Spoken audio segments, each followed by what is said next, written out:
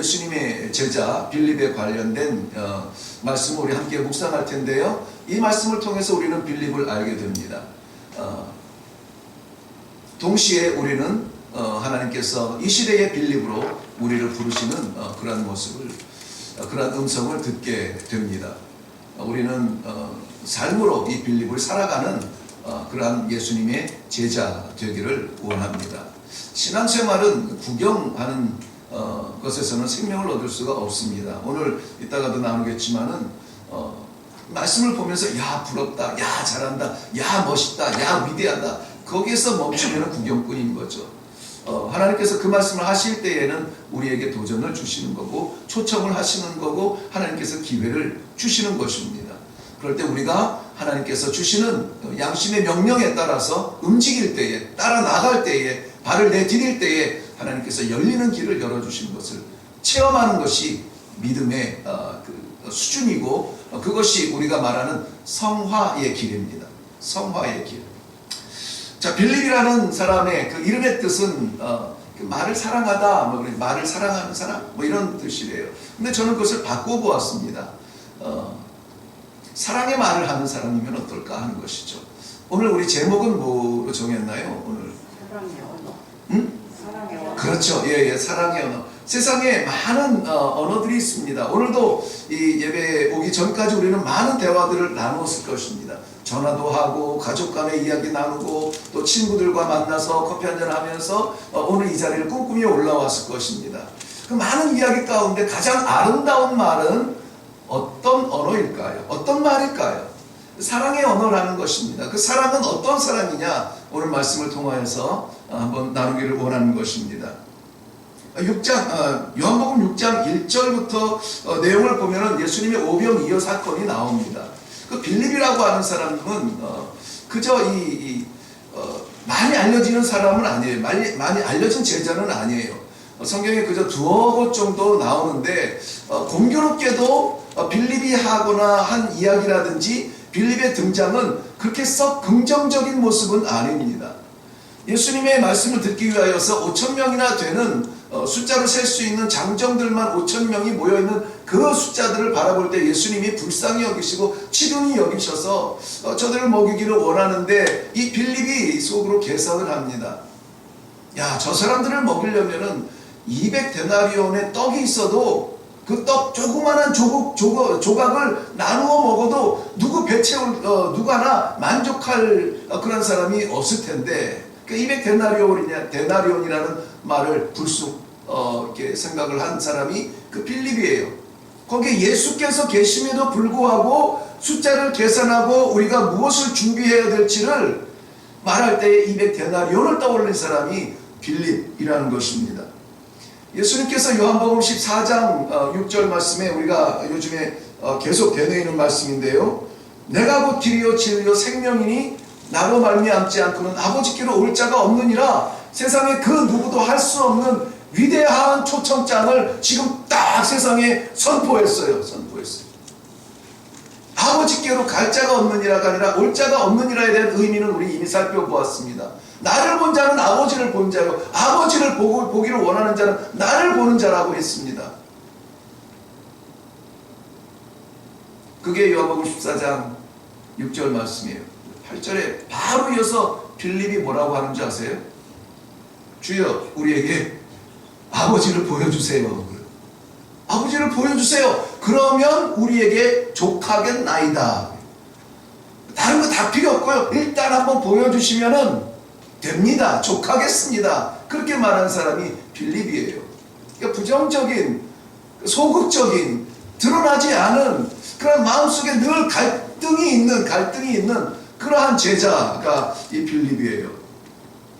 그런데 오늘 우리가 살펴본 이 요한복음 1장 43절 이 모습은 예수님이 그러한 빌립을 제자로 부르시는 장면이에요. 몰라서 부르는 것이 아닙니다. 예수님이 그러한 빌립을 부르셨어요. 아멘이 안 되시는군요. 다 빌립보다는 나은가 봐요. 나으신가 봐요. 저는 이 말씀을 묵상하는 시작에 벌써 거꾸로졌어요. 그럼 내가 준비가 돼서 목회를 하고 내가 준비가 돼서 선교를 하는 것이 아니고 내가 준비가 돼서 주의를 하는 것이 아니라 내 연약함을 아세요. 내 부정적인 것을 아세요. 부끄러운 것을 아세요. 형편없는 것을 아세요. 아멘. 쓸데없는 걸 아세요. 그런데 하나님께서 나를 부르셔서 이 복음을 감당할 수 있는 이 사명을 주셨어요. 이것이 은혜예요. 주님께서 우리를 그래서 부르시는 거예요. 우리가 뭐 잘 이해가 돼가지고 하나님 삼위일체 하나님은 살아계신 성부 성자 성령의 능력은 어떠하시고 우리가 잘 이해가 되니까는 믿고 싶어가지고 한번 믿어볼까 해가지고 온 겁니까? 아니잖아요. 여전히 연약함에도 불구하고 아직도 마찬가지예요. 그 모태신앙, 흔히 말하는 모태신앙임에도 불구하고 아직도 나는 부족해요. 아직도 부족해요. 남들이 4년 만에 졸업하는 신학교를 10년을 했어도 나는 부족해요. 아직도 모르겠어요. 그런데 하나님께서 놓지 아니하시고 나를 불러주신다는 거예요. 이것이 우리 이 성도들의 마음에 건너가기 전에 이미 저에게는 그게 은혜가 됐어요. 나를 이런 것을 하나님이 부르셨다면 우리 성도님들도 하나님께서 부르신 그 음성에 감사할 수 있지 않겠어요? 우리가 누구라서 하나님의 백성으로 부르셨겠어요? 누구라서 하나님의 종으로 부르시며 제자로 부르시겠어요? 누구라서 책임을 맡기며 직분을 주겠어요? 하나님의 은혜죠. 은혜죠. 고린도전서 1장 26절 이후에 보면은 이러한 부르심을 눈여겨서 눈 똑바로 뜨고 봐라. 육체를 따라 지혜 있는 자가 많지 않으며 능한 자가 많지 않으며 문벌 좋은 자가 많지 아니하리로다. 그러나 하나님께서 세상의 미련한 것들을 택하사 지혜 있는 자들을 부끄럽게 하려 하시려고 세상의 약한 것들을 택하사 강한 것들을 부끄럽게 하시려고 우리를 택한 자들을 부르셨다. 왜? 이게 볼 결론이죠. 아무 육체라도 하나님 앞에서 자랑하지 못하게. 우리는 세상에서는 가슴 펴고 우리는 이렇다, 이런 기능이 있고 이러한 재주가 있고 이러한 기술이 있고 자랑할 것이 많이 있을 줄로 알아요. 그러나 하나님 앞에서는 자랑할 것이 없어요. 하나님 앞에서는. 제가 20년 선교 사역을 마치고 이제 본부에서 세계 선교 대회를 준비하려고 하니까는 이제 국내에 있는 이런저런 선교 단체에서 이제 연락이 와요. 20년 사역, 그 현장이 어디인지 알고 했던 사역, 미전도 종족에 대한 사역, 이 자료들이 많지 않다고. 그래서 사역을 좀 정리해서 주시면은 어느 선교계에서는 좀 이름이 난 그런 책자입니다만 거기에 좀 싣고 싶습니다. 저는 잘 거절을 못해요. 그래서 일단 그랬는데 그 순간부터 고민인 거죠. 그 순간부터 20년의 사역들이 다 이렇게 이 주마등처럼이라고 하나요? 다 토막토막 다 떠올라요. 거기서 글을 쓸 수가 없겠더라고요. 자꾸 미뤄지고. 나중에는 이제 그분이 드디어 이제 못 참고 연락을 하셔가지고 언제까지 주셔야 하는데 그래서 내가 그랬습니다. 죄송합니다. 제가 쓸 수가 없겠습니다. 왜냐하면은 그 글을 쓰면서 나는 결론은 하나님의 은혜였거든요. 모든 조각을 하나님의 은혜가 아니면 채울 수 없는 그러한 순간이었는데 이 글을 읽은 사람도 그것을 볼까? 아니면 지금 이 선교단체가 나에게 말했던 것처럼 선교사님의 그 사역을 좀 나눠주세요 라고 볼까? 한 선교사의 흔적을 볼까? 거기에서 하나님의 역사를 볼까에 대한 확신이 생기질 않아요. 그래서 제가 사역을 한 것은 그저 하나님의 은혜인데 이 글을 쓰면서 제 이야기가 기록될 수밖에 없어서 죄송하지만은 제가 글을 쓸 수가 없겠습니다 하고 정중하게 사양을 했던 일이 있습니다.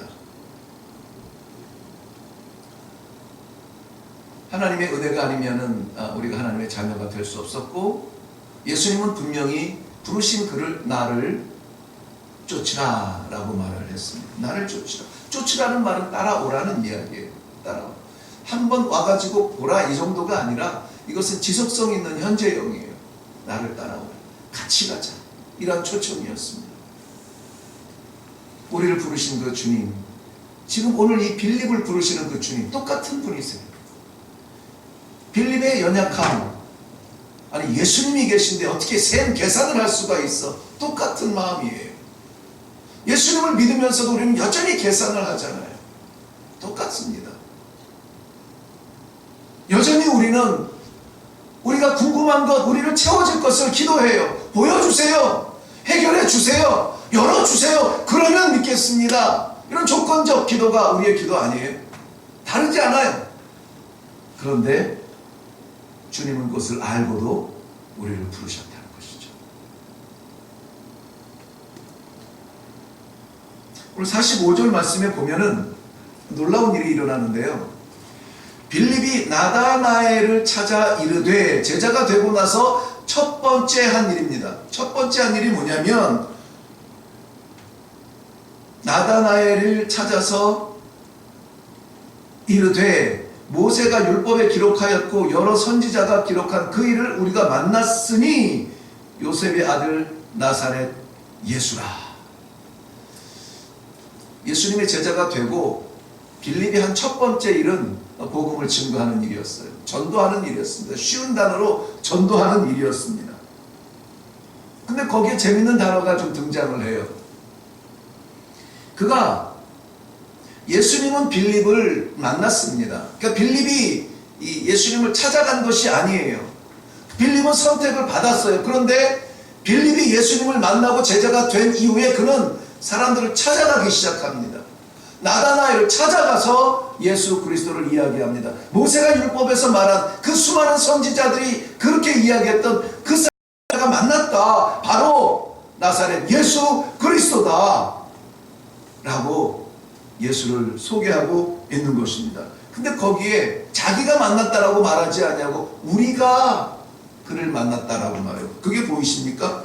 그 일을 우리가 만났으니 요셉의 아들 나사렛 예수니라. 이 보통 이 서양 문화, 서양의 문학이죠. 서양의 문학, 그 베이스가 되는 히랍의 문학, 그 베이스가 되는 히브리 문학 속에서는 우리하고 나하고의 그 표현이 정확합니다. 정확해요. 내가 만났다. 나의 집이다. 마이 하우스라 그러지, 우리처럼 우리 집이야 이렇게 아워 하우스라고 이야기하잖아요. 우리는 좀 불경한 표현이지만은 우리 집사람이야 이렇게 이야기하죠. 우리라고 표현해요. 내 와이프를 우리래요. 그럼 너 말고 또 누가 남편이 있나 이런 의미잖아요. 우리가 너무 익숙한데 이 사람들은 서양 문화는 그렇지 않아요. 마이 와이프라고 이야기해요. 아워 와이프라고 말하지 않아요.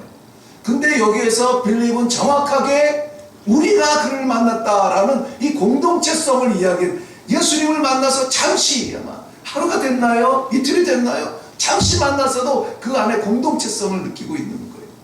그리스도 안에서 우리가 됐다라고 하는 이 사랑의 공동체를 지금 깨닫고 있는 거예요. 그 외에 사랑, 예수를 알지 못하는 세상과 예수 안에서의 삶을 지금 구별하고 있는 거예요. 이 안에 와봐. 이 안에 와봐. 우리는 이 안에서는 다 다르지만 예수 안에서는 우리라고 말하고 있는 거예요. 우리 주 예수 그리스도예요. 우리 주 예수 그리스도. 우리 하나님 아버지세요. 개인적인 신앙에 간증이 있는 것은 너무나 귀합니다. 그런데 우리는 하나님께서 지체로 부르셨을 때에는 손과 발과 심장의 역할들 속에서 온전히 머리 되신 예수 그리스도 한 분의 그 뜻을 이루기 위하여서 우리로 불러주셨다는 거예요. 우리의 넉넉함이 있습니까? 나눠 흘려보내줘야 돼요. 우리의 부족함이 있습니까? 나누어야 돼요. 팔을 앞서가는데 다리는 저만큼 뒤에 와서는 안 돼요. 그것은 정상적인 공동체가 아닙니다.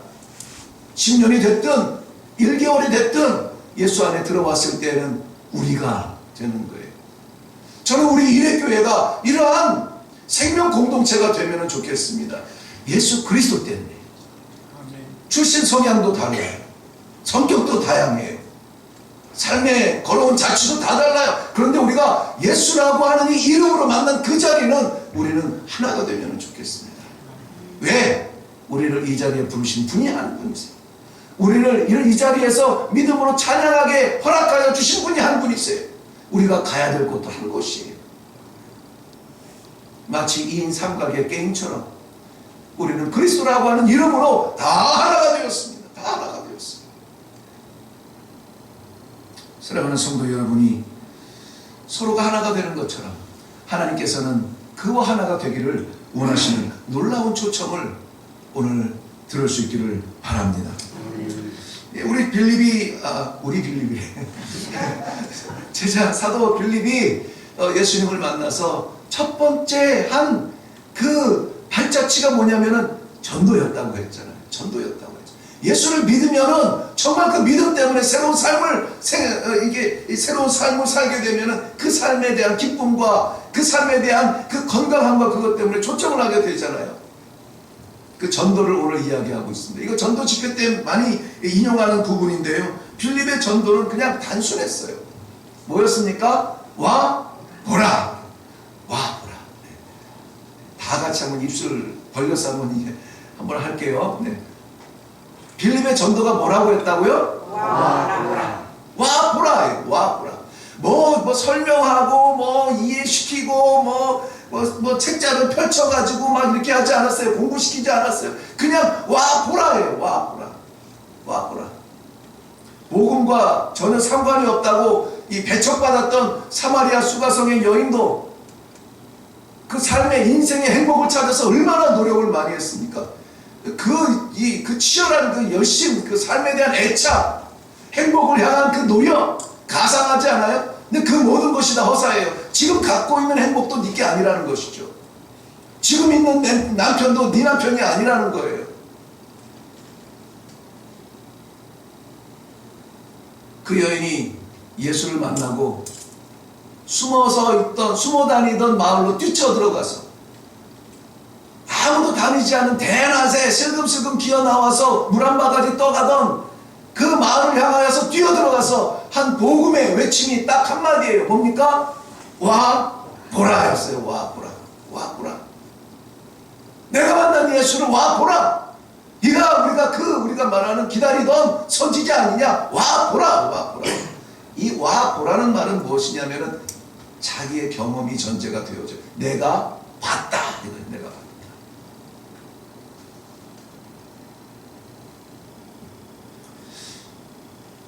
그런데 거기에 초청을 받은 나다나엘이 찬물을 확 끼얹습니다. 누구라고?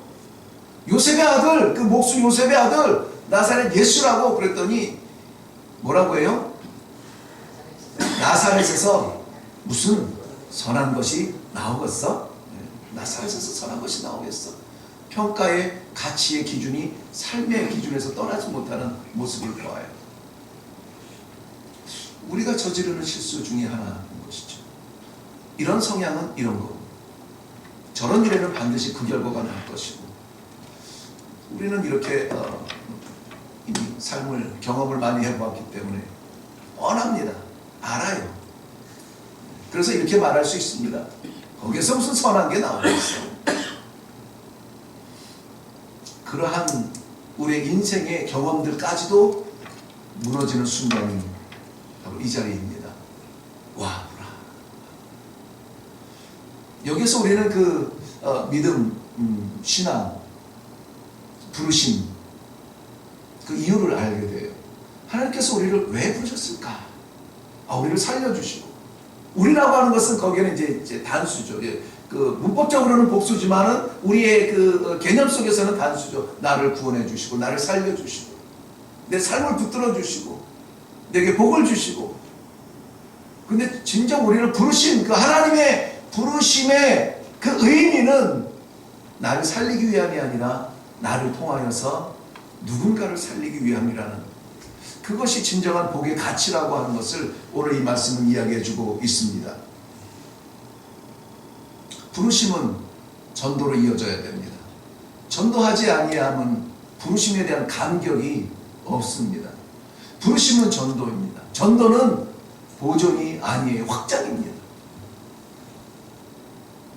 마태복음 25장에 보면은 주인이 길 떠나면서 맡겼던 달란트에 대한 비유가 나옵니다. 달란트를 맡은 종들, 맡은 달란트대로 또 사용하여서 이윤을 남깁니다. 주인이 돌아왔을 때 셈할 때에 잘했다 착하고 충성된 종아, 네가 작은 일에 충성하였으니 내가 너에게 큰 일도 큰 것도 맡기리라. 땅의 것에 수고하였으니 하늘의 것도 맡기리라. 비교할 수 없는 큰 것이거든요. 근데 한 달란트 맡은 자는 그 한 달란트를 땅에 묻어두었다가 주인이 왔을 때 한 달란트 그대로 이렇게 내밀어요. 심지 않은 데서 거두시는 주인. 정말 그럴까요? 한 달란트 줬으니까 한 달란트 여기 있습니다. 됐죠? 이게 우리의 신앙인이라면은 그 한 달란트 묻어두었다가 주인에게 내뱉은 그 종의 결론을 우리는 두려운 마음으로 봐야 돼요. 악하고 게으른 종아, 악하고 게으른 종아. 저 있는 것도 빼앗으라는 것이죠. 주의 십자가의 보혈이 나를 살리시고 나를 구원하시고 나에게 새로운 인생을 주시고 내 마음이 평안하고 내 삶이 윤택해졌고 내가 구원받고 내가 살았습니다. 하나님 저 여기 왔어요 짠 하고 하나님의 나라에 나타났을 때에 하나님이 잘했다 착하고 충성된 종아 말할 수 없다는 거예요. 말하지 않는다는 것이죠. 전도는 절기마다 찾아오는 어떤 행사가 아니에요. 전도는 우리 믿음의 표현이에요. 부르심에 대한 반응이에요.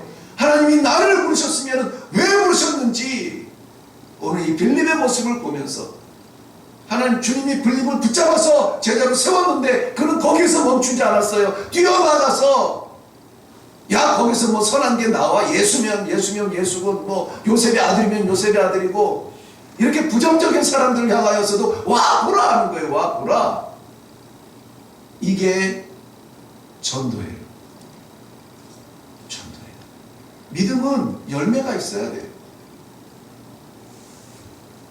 믿음이 없는 열매가 없는 믿음은 하나님께서 과감하게 찍어 불에 태운다. 아니요 조금만 기다려주세요. 조금만 기다려주세요. 한 해만 참아주세요. 그래 한 해만 더 참지. 한 번만 더 참지. 이번만 더 참지.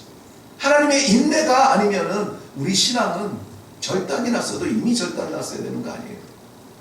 왜 그렇습니까? 우리 찬송은 잘합니다. 기도도 잘합니다. 봉사도 잘합니다. 오늘 빌립의 모습 속에서는 와 보라 이 씨를 뿌리지 아니하고 이 열매를 나누지 아니하고 나 구원받음으로 만족하여서 한 달란트 내 영혼 그거 드리는 모습 속에서 우리는 우리 신앙을 들여다볼 수 있기를 바랍니다. 간직하는 신앙은 성장하지 않습니다. 성장하지 않는 신앙은 굳어집니다. 굳어진 신앙은 생명의 싹을 틔어 줄 수가 없다는 것입니다. 그런데 오늘 빌립은 그가 가지고 있는 그 믿음, 신앙의 표현을 와 보라. 다시 한번 해볼게요. 다시 한번 우리 와 보라 한번 해보겠습니다. 시작. 와 보라. 아니 반절밖에 안 하시네요. 다시 우리 전체가 다 할 수 있도록 한번 와 보라 해볼게요. 시작. 와 보라. 전도는 많은 기능이 필요하지 않습니다. 우리 전도되어서 오신 분들 이야기를 들어보면은요, 그래요.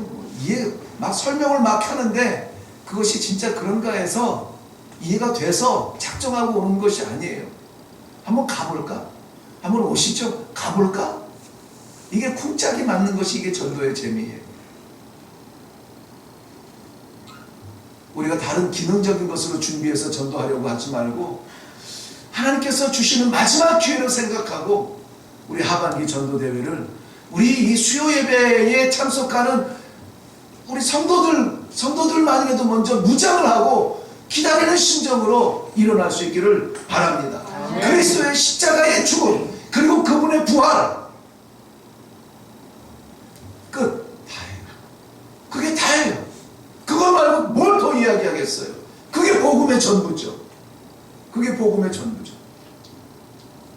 그동안에 한국 교회가 성도들의 성장을 위하여서 너무 많은 것을 가르친다고 이런 훈련 저런 훈련 성장은 하지 않는데 갖다 들이붓기만 했어요. 그래서 흔히 하는 이야기로 ET 성도만 만들어냈죠.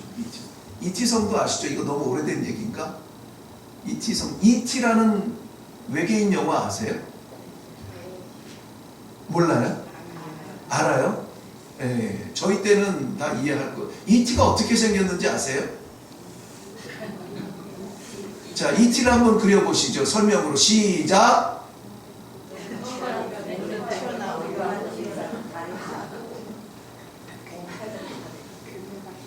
일단은 머리가 크죠?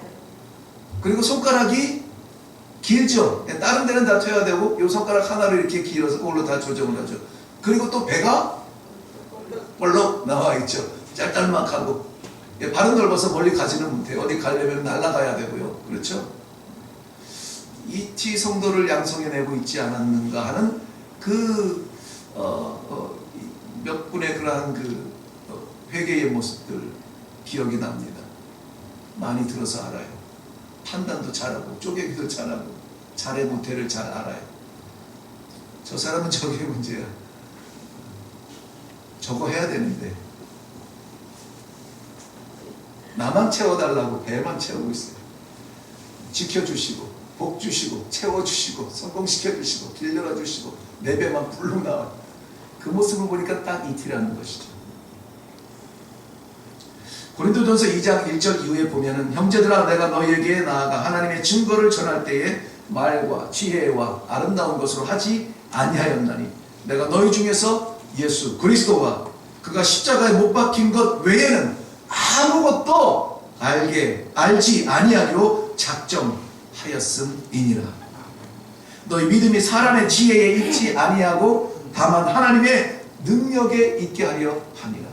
여러분 이 와보라 한마디가 전도의 전부로 한번 시도해 보시면은 그 한마디 속에 하나님이 역사하시는 것을 볼 수가 있어요. 이번에 한번 시도해 볼 수 있기를 바랍니다. 빌립은 예루살렘을 넘어서 이 복음은 히에라폴리스라고 하는 곳까지 가서 전도를 하게 됩니다.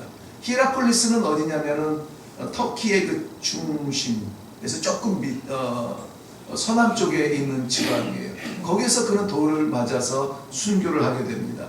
바울도 지나가고 디도도 지나가고. 그런데 그 히에라폴리스의 기념교회는 이 빌립을 위한 기념교회만 있다고 합니다. 그곳까지가 약 1600km가 넘는데요. 1600km가. 그 당시에 교통편이 좋은 것도 아닙니다. 전도에는 우리 1600km 한번 여기서 1600km면 어디쯤 될까요? 여기서 부산까지가 한 400km 되나요? 4, 16이니까 여기서 부산까지 한 4배 정도까지는 최소한 우리의 전도의 지경이 넓어야 되겠네요. 북한, 중국, 몽골까지는 우리가 포함을 해야 되지 않을까 싶은데 그러한 일들을 우리가 감당할 수 있을까요? 있습니까? 있을까요? 이렇게 웃으면서 대답을 하는 것은 부정인 거예요. 그게 말이나 됩니까? 이럴 때 이제 네 이렇게 되는 건데 그런 아멘도 우리가 그 일을 할 수 있을까요? 우리는 못합니다. 바빠요. 그리고 힘들어요. 나이도 많아요. 할 일이 많습니다. 거기까지 갈 수가 없어요. 그런데 빌립이 예루살렘을 벗어나서 유대 땅을 떠나서 사마리아를 지나서 히에라폴리스 터키까지 들어가서 이 복음을 증거할 수 있었던 그 능력이 어디서 와요? 오순절 성령의 역사예요. 오순절 성령의 역사. 오순절 성령의 역사를 맛보고 나서 제자들의 사역의 지경이 폭발적으로 늘어납니다. 땅덩어리는 더 이상 저들의 제한적이 아니에요. 어디까지 가느냐? 순교의 자리까지 가요. 거리가 문제가 아니에요. 1600km가 문제가 아니에요. 더 많은 인도까지 갔어요. 어디에서 다 그 복음의 전도가 끝난 줄 아세요? 순교의 자리에서 다 끝나요. 순교하기까지 이 복음이 멈춰지지 않는 걸 봐요. 언제? 어떻게? 도대체 누가? 하나님의 성령이 임하는 자들에게 이러한 역사가 나타납니다. 짧게 거슬러 올라갑니다. 하나님의 성령이 역사하는 그 믿음, 제한에 갇히지 아니하고 초월하여서 주의 복음을 증거하는데 왜 증거합니까? 그 복음은 내 믿음이기 때문에 그렇습니다. 내 믿음은 어디서 옵니까? 예수 그리스도를 만남에서부터. 예수 그리스도를 만남에서. 다시 한번 말씀드려요. 예수 그리스도를 만났으면 마지막 자리까지 복음이 멈춰서는 안 된다는 것입니다. 이것이 오늘 이 시대에 우리가 해야 될 가장 아름다운 사랑의 언어입니다. 가장 아름다운 사랑의 언어, 복음 외에는 없습니다. 기도하겠습니다. 살아계신 아버지, 은혜를 감사합니다.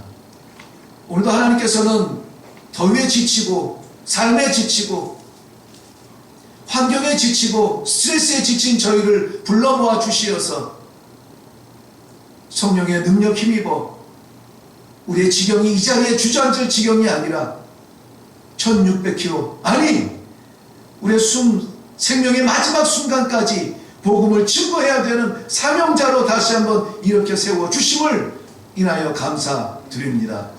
우리는 감당할 수 없습니다. 못 갑니다. 못합니다. 그러나 성령께서 우리에게 능력을 주시고 성령께서 우리를 붙들어 주시고 세워주시고 보내주시고 사용하신다면 이 모든 한계를 뛰어넘어 주의 사명 감당할 줄로 믿습니다. 우리가 입술을 열어서 나눌 수 있는 세상의 가장 아름다운 사랑의 언어, 와 보라. 하반기 전도 축제를 앞두고 있는 주의 사랑하는 제자들에게 이 말씀을 허락하여 주시니 감사합니다. 지키게 하여 주시옵소서. 우리를 부르신 예수님의 이름으로 간절히 기도하옵나이다. 아멘. 이제는 우리 주